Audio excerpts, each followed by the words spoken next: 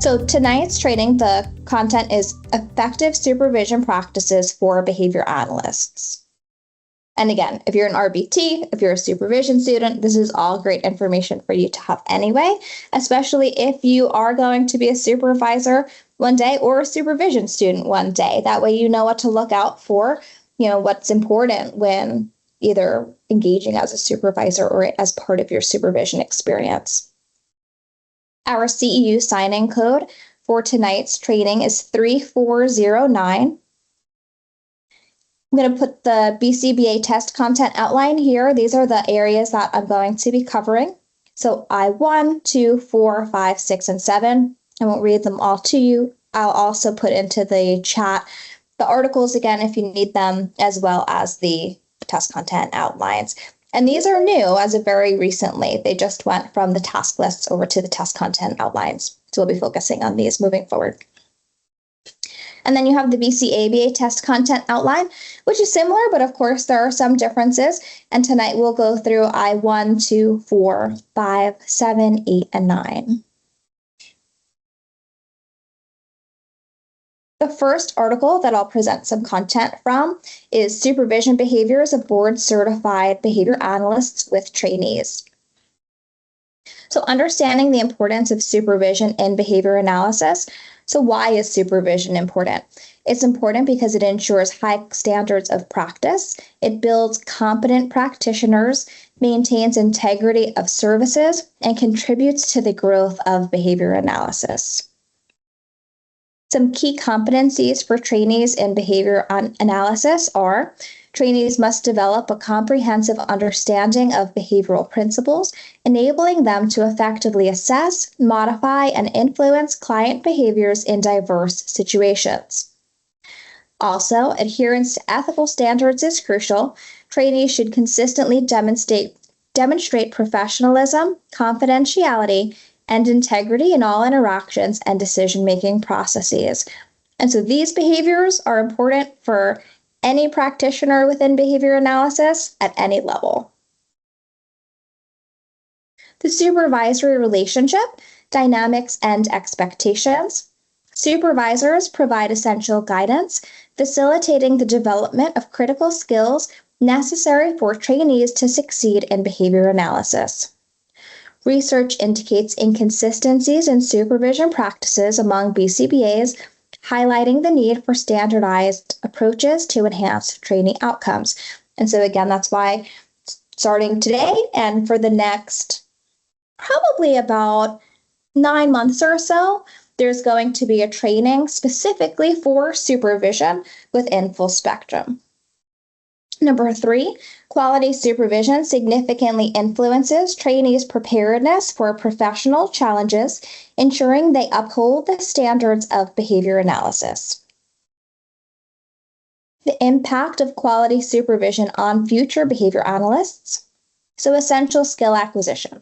Quality supervision ensures that trainees acquire essential skills through structured guidance, enabling them to effectively apply behavior analysis techniques in practical settings, so in our day-to-day work. Implementing standardized supervisory practices across the field can enhance the consistency and quality of training, ultimately leading to better prepared behavior analysts. Effective supervision not only impacts immediate competencies, but also fosters long-term professional growth, ensuring that behavior analysts continue to develop throughout their careers. And if you're a long-term RBT, nothing wrong with that. More power to you, because the role of an RBT is not easy. And you clearly are very dedicated to your clients. And so you should have long-term professional growth too. And so that's the reason why we do these PGP trainings as well.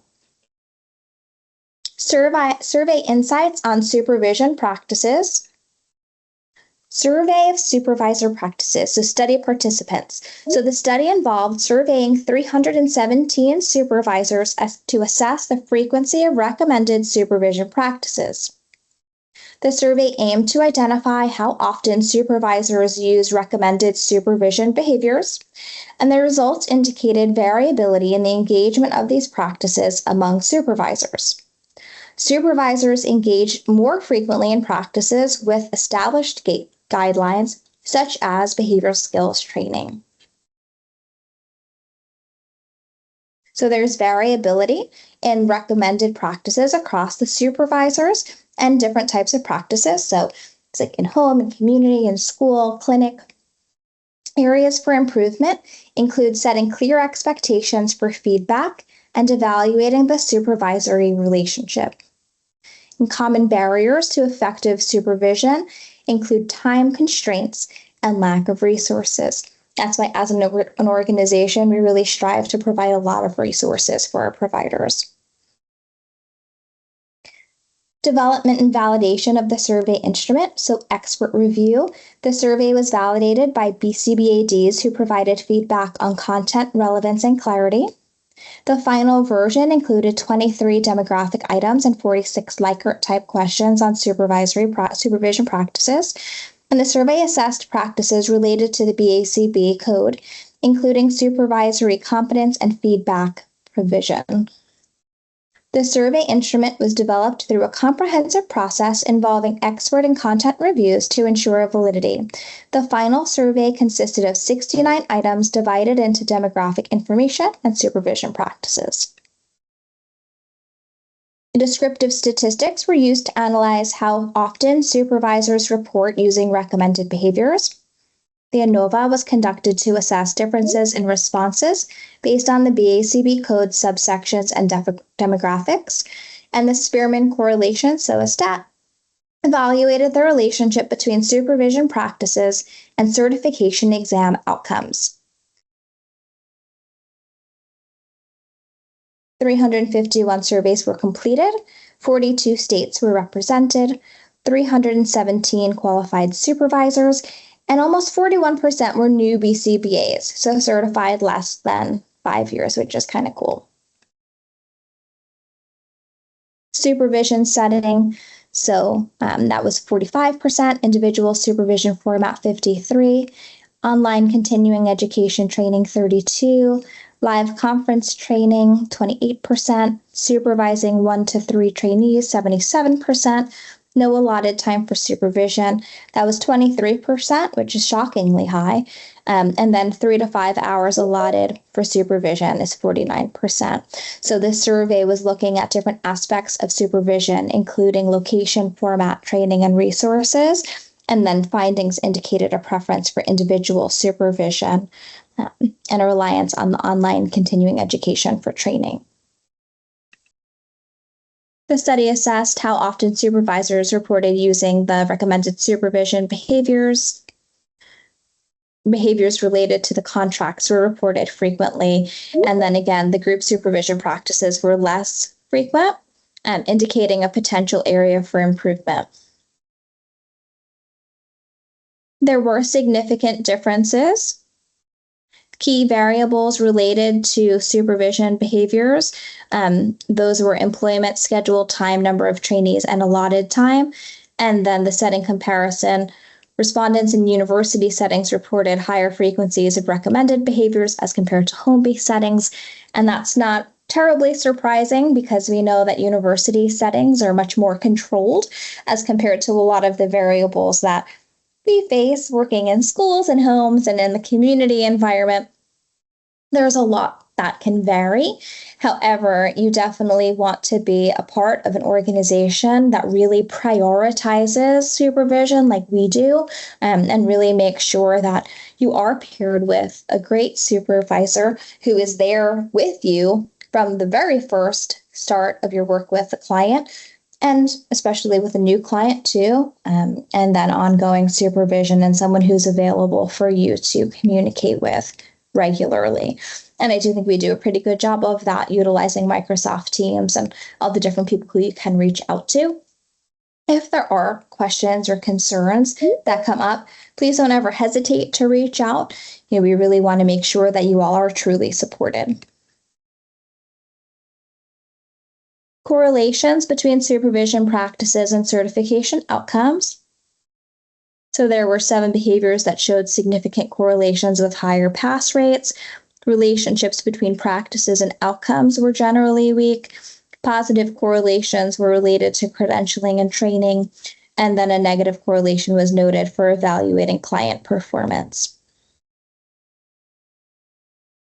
And then here are some of the key components of the effective supervision that the authors found are relationship building.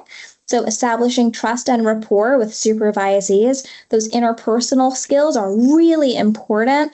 As you all probably have experienced, you need to make sure that you are working with someone who you trust and who you have a positive relationship with. And if there are any barriers there, you definitely would want to reach out to another supervisor or a member of leadership if you don't feel that you are supported. Knowledge transfer. So your supervisor should always share expertise and practical skills with you. They should set clear expectations and standards. That way you know how to be effective. And they should give you effective feedback. So constructive and timely feedback. Individual supervision versus group supervision, what that looks like. An individual supervision meeting would be a one-on-one meeting between your supervisor and supervisee. Since you work with full spectrum, this is all going to be, this is pretty much the bulk of the supervision that you're receiving is individualized one-on-one supervision in the presence of a client. Personalized attention, tailored feedback, and focused skill development. There are opportunities for group supervision. And so that would be peer learning opportunities, diverse perspectives, resource efficiency, multiple supervisees or multiple RBTs working with a supervisor or a director. A lot of times I know regions will have group supervision meetings through Microsoft Teams. So that would be an example of the group supervision. Supervision documentation requirements. So supervision contracts are a formal agreement outlining responsibilities, expectations, and scope of supervision. Competency assessments, ongoing evaluations of supervisee knowledge and performance across required skill domains. Those are often conducted informally, but there are often other opportunities for more formal assessments. And if you want a more formal assessment of your skills, definitely ask your supervisor. I don't think that's something that they're likely to deny you. Session documentation, detailed records of topics covered, feedback provided, and skills practiced during supervision meetings. Experience verification, of course, for anyone who is supervising a student who's pursuing higher certification, or for someone who is pursuing that certification, you'd have to have the experience verification. And of course, you need to make sure that you're following all BCB requirements. Variability in practice, we had discussed some areas for improvement are setting clear expectations for feedback and evaluating the supervisory relationship, making sure that it's effective. Common barriers to effective supervision include time constraints and lack of resources, which we had discussed. We want to establish rapport, so a trusting professional relationship, set clear expectations, provide regular feedback, track progress, and model ethical practice. One way to track progress would be to track treatment integrity of your implementation of the client's programming. Supervision competency framework. So we want to have professional knowledge, teaching skills, interpersonal effectiveness, evaluation expertise, and ethical leadership. Full spectrum, and I have it at the last slide, but we have a specific email for any ethics concerns or questions that come up, and it's really simple. It's just ethics@fullspectrumaba.com. Behavioral skills training model for supervision. So we'll talk more about this throughout tonight, but that involves instruction, so providing clear expectations of target skills and rationale, modeling, demonstrating the correct performance of skills, rehearsal, allowing practice opportunities in controlled settings, and feedback, offering specific constructive feedback on performance. And this provides a structured approach to teaching new skills to supervisees, ensuring they develop competence through a systematic process of instruction, demonstration, practice, and feedback. And most of us know all about BST if you've been in the field for some time, and if not, we have a couple different trainings on the Full Spectrum app, specifically looking at BST, behavioral skills training. Identifying areas for improvement in supervision, strength in structured resources. So availability of established guidelines enhances supervisor adherence to best practices. Opportunity for targeted training. Tailored training sessions can address identified gaps in supervisory practices effectively. Weakness in inconsistent engagement. Significant gaps exist in the application of practices lacking concrete support, and threat from demographic variability. Supervisor experience and training backgrounds may hinder uniformity in practice adoption. Here are some recommendations for supporting supervisors. So structured guidelines development. Establishing clear structured guidelines for supervisors enhances adherence to best practices, ensuring consistent and effective training methodologies are utilized across the board. Regular training workshops. Conducting ongoing training workshops equips supervisors with updated skills and knowledge, addressing identified gaps and promoting effective feedback and assessment techniques. For all of you who are in this training, definitely feel free, doesn't have to be right now, but at the end of the training to put any areas that you're really excited to learn more about through some of these PGP trainings. We're going to be going through the test content outline. So over the next probably like 16, 18 months, that way we make sure that everything is covered. And then also the supervision track as well, in addition to our autistic advocacy forums. So if you do have an idea on something that you want to learn about, we're probably going to cover it. But if we have enough interest, maybe we change the order. So always interested in hearing what you guys want to learn about. Then last is peer support networks creation. Forming peer support networks among supervisors encourages collaboration, sharing of strategies, and accountability, ultimately leading to improved supervisory practices and training outcomes. And then some future directions for research in behavior analysis supervision that the authors identified are to prioritize the development of evidence-based frameworks that identify effective supervisory practices, focusing on the relationship between supervisor characteristics and training outcomes to improve training quality in behavior analysis. And so since that was a point that was really focused on throughout this article, if you guys can just drop into the chat some strong characteristics that you have experienced from a supervisor that have really helped you to learn. Anything that you appreciated about a supervisor. And then once I read some of those responses, we will move on to the next article. Flexible and empathetic. Yeah, absolutely. So anyone else who has had a positive experience with a supervisor, and what is a characteristic that they had that you appreciated? Compassion. Yep. Understanding. And being thorough. Yeah, so those communication skills are really important. The soft skills, honesty, yep, transparency, being able to deliver feedback, listening to suggestions, empathetic understanding, the ability to have a different perspective, be able to see what your perspective might be. Thank you for sharing, listening to suggestions. So the next article is recommended practices for individual supervision of aspiring behavior analysts. Some background information. So again, some areas of importance of effective supervision. Quality of services. So effective supervision is critical for the quality of behavioral services, professional development, supervisor growth, and development of the field. So the field of behavior analysis. Increasing demand. The demand for certified behavior analysts has increased due to mandates for ABA services coverage and credentialing requirements in public schools too.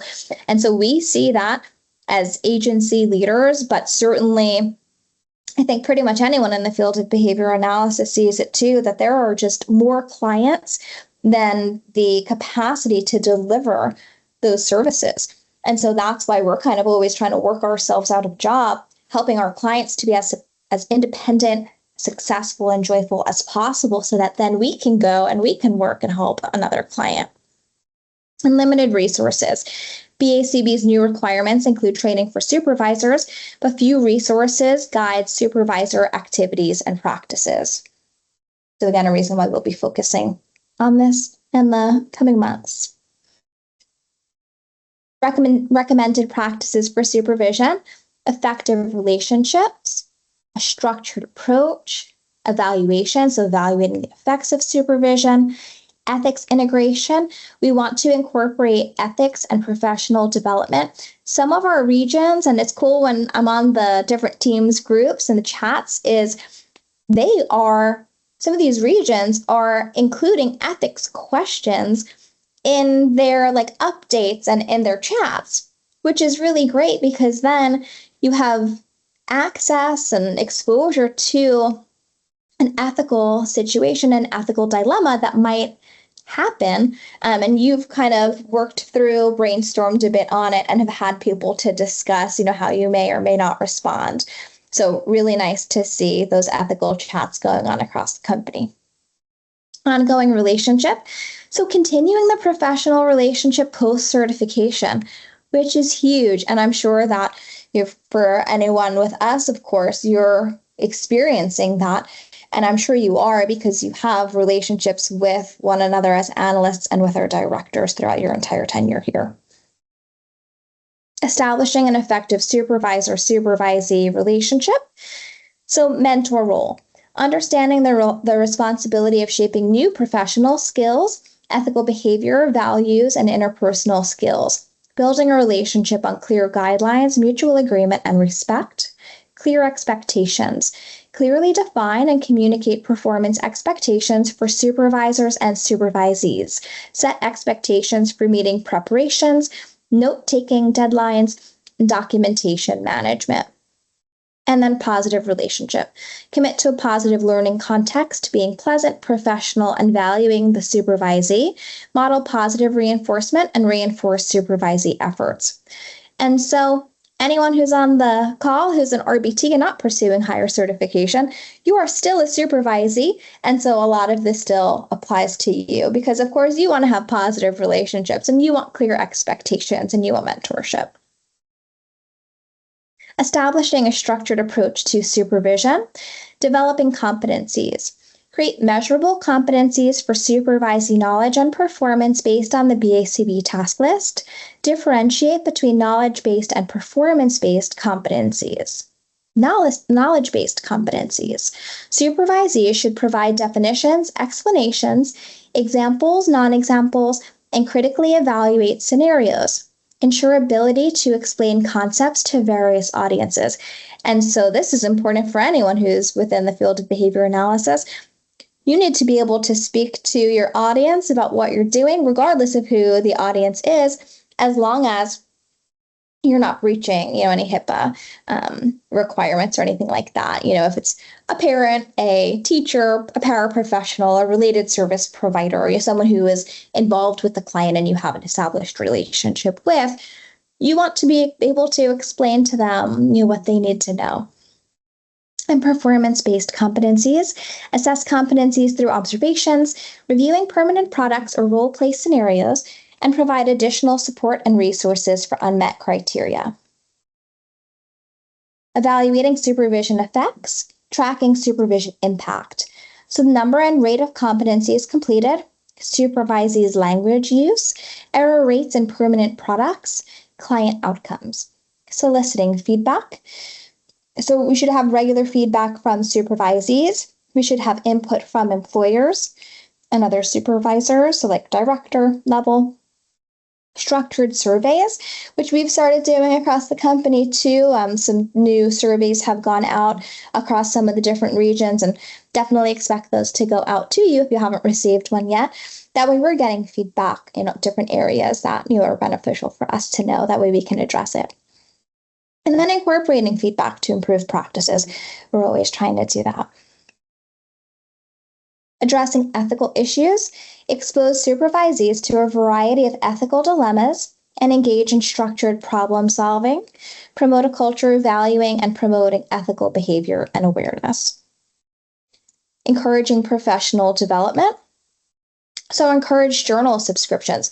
We have an indirect article bank on our SharePoint space, and anyone who doesn't know how to access that space, definitely let us know. We are more than happy to help you access those resources. And then the BACB now has free journal article access for the analysts, which is great.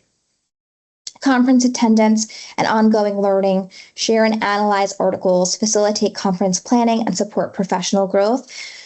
For anyone who hasn't noticed yet, on pretty much all of the PGP invites, with probably the exception of the autistic advocacy forums, I attach the article review template so that if you're reviewing one of the articles that I send you, you are able to pay attention to like the more important areas, and kind of it'll help you to like organize your thoughts as you are reviewing that article, which was helpful for me in grad school. So I figure it's probably helpful for you guys too.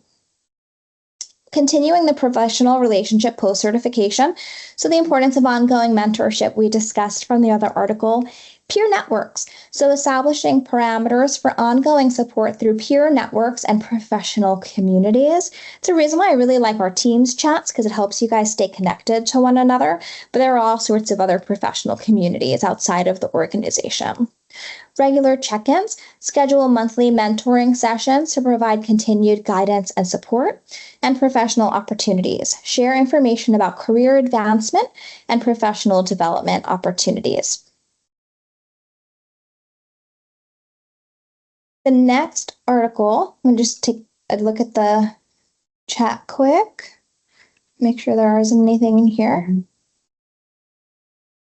Just some more positive characteristics of supervisors, which is great to hear. So compassion and encouraging supervisors who give feedback, great. So now we'll move on to the next article, which is refining supervisory practices in the field of behavior analysis. This was an introduction to the special section on supervision. So the growth of behavior analysts and its implications.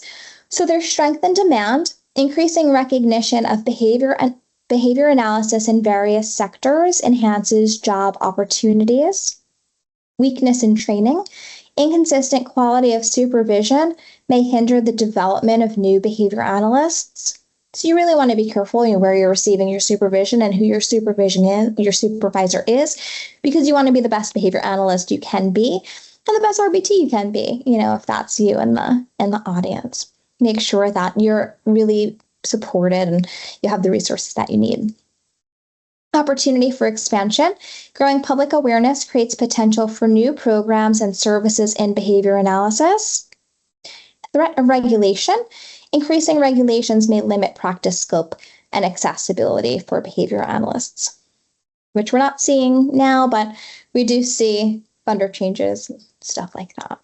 In Florida right now with the MMA changes, I know we've all kind of experienced that, but we're getting through it very well, and we're excited that we are able to continue to provide services to the clients who we serve. New certification requirements and their impact. So 2020, initial certification requirements were set at 20 hours of continuing education for behavior analysts. 2023, introduction of competency-based evaluations to enhance supervisory practices in behavior analysis. 2023, the study reveals 70% of agencies report improved service delivery outcomes due to better supervision, and survey indicates 65% of supervisees feel more supported in their learning process.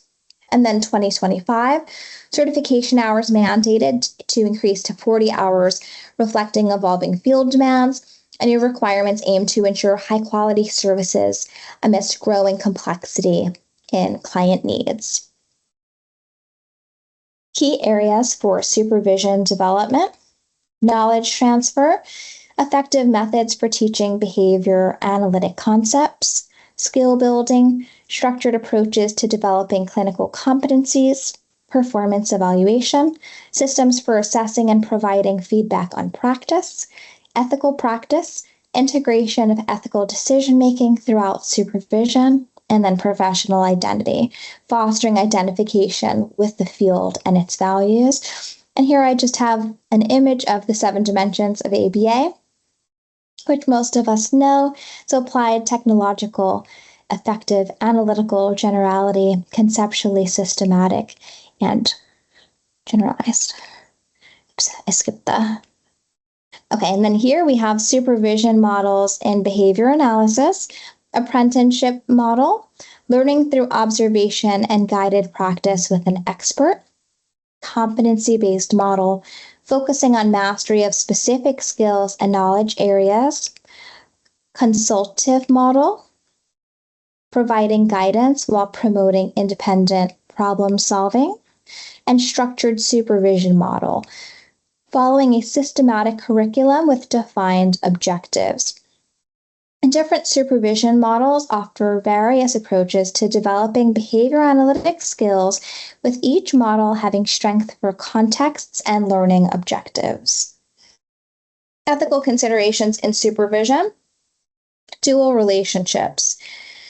So managing multiple roles with supervisees while maintaining professional boundaries. We always want to avoid dual relationships. Competence boundaries, supervising only within areas of demonstrated expertise and training. And so if you have a supervisor who is unable to provide you supervision in a specific area that you want to learn about, reach out and let us know. It isn't anything negative about the supervisor. In fact, it's great that they don't want to provide supervision outside of their areas of competence because we don't want them to. But we have a lot of resources and we can connect you with someone who can. Fair evaluation, providing objective assessment based on clear performance criteria. Confidentiality, protecting client and supervisee information appropriately. And cultural responsiveness, adapting supervision approaches to respect diverse backgrounds and perspectives. One area is feedback. Not everyone likes to receive and deliver feedback in the same way or are comfortable in doing so. And so as a supervisor, we need to be mindful of how our supervisee is going to best receive that feedback, and then that is how we deliver it. Technology-enhanced supervision practices, telehealth supervision, using video conferencing for remote observation and feedback. We do that very rarely at Full Spectrum where the supervision is provided through telehealth, but sometimes it's necessary. And so we'll utilize Microsoft Teams for that, and we have a special consent form that's signed by parents if the client is going to be observed, which they should be for a supervision session. And we also have a telehealth manual to make sure that we're really going about telehealth supervision in the best way. Mobile data collection, implementing apps for real-time performance tracking. We utilize Rethink, which you all know. Virtual reality training. This we haven't used yet, but maybe someday in the future, creating simulated scenarios for skill practice. And cloud-based documentation, utilizing shared platforms for collaborative record keeping. We use SharePoint and the Microsoft suite for as part of the corporate office, cloud-based documentation. But sometimes you'll do that with a supervisor too. You just make sure that everything is HIPAA secure. And technology offers innovative solutions to enhance supervision effectiveness, particularly for remote supervision and database decision-making. Supervision across different service delivery models, so clinic-based services, home-based services, and school-based services. For clinic-based services, that is a more controlled environment. There are direct observation opportunities, access to multiple clients, and team-based learning. Home-based services, you have natural environment teaching, which we'll have a training on this month. Parent training focus, generalization emphasis, and adaptation to varied settings. School-based services, educational team collaboration. Again, another area where those interpersonal skills are essential. IEP implementation, classroom management, and group intervention skills. Supervision approaches must be tailored to the specific service delivery model, addressing the unique challenges and opportunities of each setting. Group supervision best practices. So we want an optimal group size, about 3 to 6 supervisees, a structured agenda, including objectives and activities, balanced participation, so everyone should be able to contribute and receive feedback, peer feedback. So we want to facilitate constructive peer evaluation to develop critical thinking and case presentations. So rotating responsibility for presenting cases and leading discussions. And then you need to have a supervision documentation system, of course. You have the initial assessment, a supervision plan, session records, competency tracking, and a summative evaluation. Supervision across career stages, 4 different stages that the authors provide. So you have student supervision, focusing on foundational knowledge and basic skills, early career supervision, developing clinical competence and professional identity, mid-career supervision, so refining specialized skills and leadership abilities, and advanced practitioner supervision, so focusing on complex cases and supervisory development. Supervision needs and approaches evolve throughout a behavior analyst's career, requiring different emphasis at each developmental stage. Assessment protocols for supervision should include competency checklists, possibly video analysis, if that's, if you're working with a supervisor who's remote, or if there are sessions that you're going to be looking at to analyze what took place during a specific session. Doesn't necessarily have to be you with a client. If it is, of course, you need permission to record that client and to record the session. A work sample evaluation, assessment of written reports and program materials.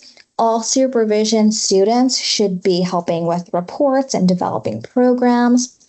Feedback surveys, systematic collection of supervisee perspectives, client outcome tracking, monitoring effectiveness of supervised interventions.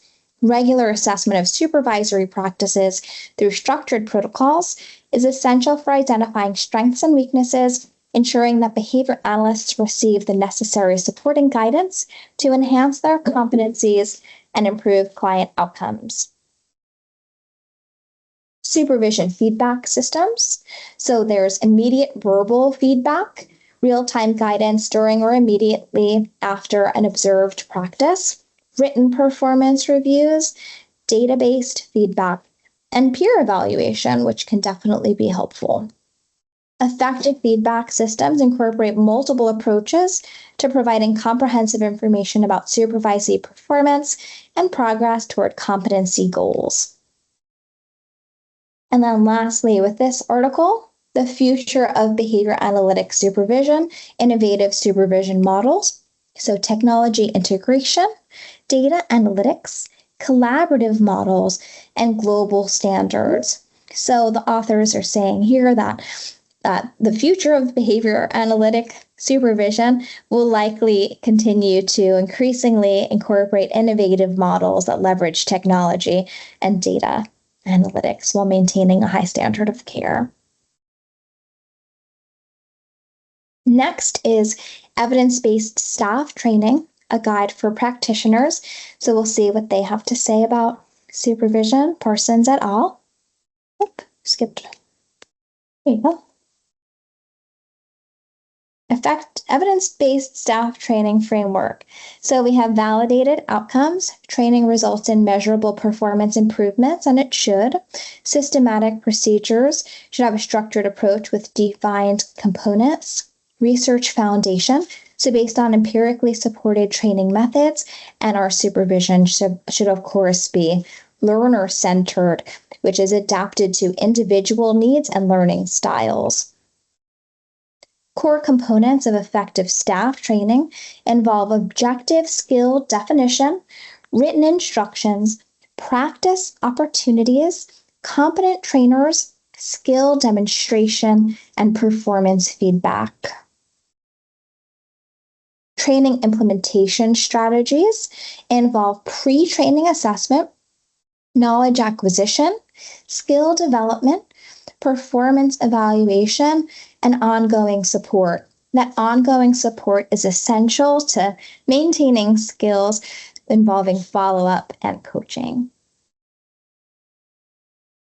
And then you have direct observation measures, which most providers within ABA will, of course, be involved in, that direct observation. So task analysis checklists can be involved, frequency counts of target behaviors, duration measures of implementation, and quality ratings of performance. Then outcome measures involve client behavior change, program implementation fidelity, service delivery efficiency, and consumer satisfaction ratings. So we'll do that often too. We'll get satisfaction surveys from our families. Strategies for promoting skill generalization. And so you can see here, skill generalization is important for supervisees and for us as providers, as well as important for our clients. And we know that generalization is essential for our clients. So first, training with multiple examples. Programming common stimuli is next. Training sufficient exemplars or examples. Using indiscriminable contingencies. And training to generalize. So we want to use diverse scenarios and materials, incorporate elements from natural environment, practice skills across various conditions, clients, and settings, implement different reinforcement contingencies, and teach our staff how to adapt skills to new situations that they may or may not have encountered yet. Then maintaining staff performance over time. It's essential to engage in performance monitoring, positive reinforcement, which we know we want to provide recognition and rewards for meeting performance standards, even if it's descriptive verbal praise for our RBTs. And peer support. We want our RBTs and our supervision students to be able to coach and learn from one another, and then refresher training. So periodic reviews and practice of critical skills. Training efficiency strategies. We want to prioritize those critical skills. We have group training formats. We want to integrate technology, and we want performance-based advancement. And then we want our training to transfer to the natural environment. So that would involve in situ training, so conducting training in the actual work environment with real clients. On-the-job coaching, so providing immediate guidance and feedback during actual service delivery. And performance feedback, regular performance feedback in a way that our supervisee can really absorb it well. And then here's different training adaptations for different staff roles. So you have direct support staff, lead therapists, clinical supervisors, and program directors, and what the training focus and key competencies should be. So for our direct support staff, or RBTs, we want the training to focus on intervention implementation. And the key competencies would be procedure fidelity or treatment integrity, data collection, and client interaction. The last article that we'll review this is some tools for carrying out a proposed process for supervising experience hours for aspiring board-certified behavior analysts. Here, the authors discuss 5-phase supervision process, so establishing a relationship, skills assessment, training, performance monitoring, and ending the relationship. And you'll see that a lot of these strategies across the different articles are pretty similar, which is great because we want consistency in the guidance on what we should be doing with our supervision students. And for our RBTs, what you should be receiving. Establishing the supervisory relationship. We want contract requirements. Of course, you need a contract, clear expectations, termination conditions, and then an initial meeting to review that contract. Skills assessment process. So a job model. Map the job responsibilities to the task list items. Self-assessment. Supervisee rates their own skill levels. Validation, which can be verified through quizzes. Observation, which is the most common, and then portfolio review. And then goal setting. We all want to have short and long-term goals for ourselves and for anyone who's working directly under us, who we are providing that supervision for. Lastly, we're just going to go into some additional details on BST. So behavior skills training, so task analysis, breaking performance into component steps, can have a training storyboard, so design instruction, modeling, practice, and feedback. So design what you're going to do and then implement. So deliver the training according to that storyboard that you created that laid out the steps for the BST. You want to provide effective performance feedback, making sure that you're delivering specific information based on observable behaviors. You want your feedback to be data-based, individualized, and timely. And BST is an effective evidence-based method for teaching skills through structured practice and feedback. It's important for several reasons. First, it's an evidence-based strategy, and it contrasts with traditional instruction methods that can lack performance verification. Ethical requirement. Effective training is essential as outlined in the Ethics Code for Behavior Analysts and the Supervisor Training Curriculum. Skill maintenance. So without rehearsal and feedback, skill maintenance post-training is unlikely, emphasizing the need for comprehensive BST implementation.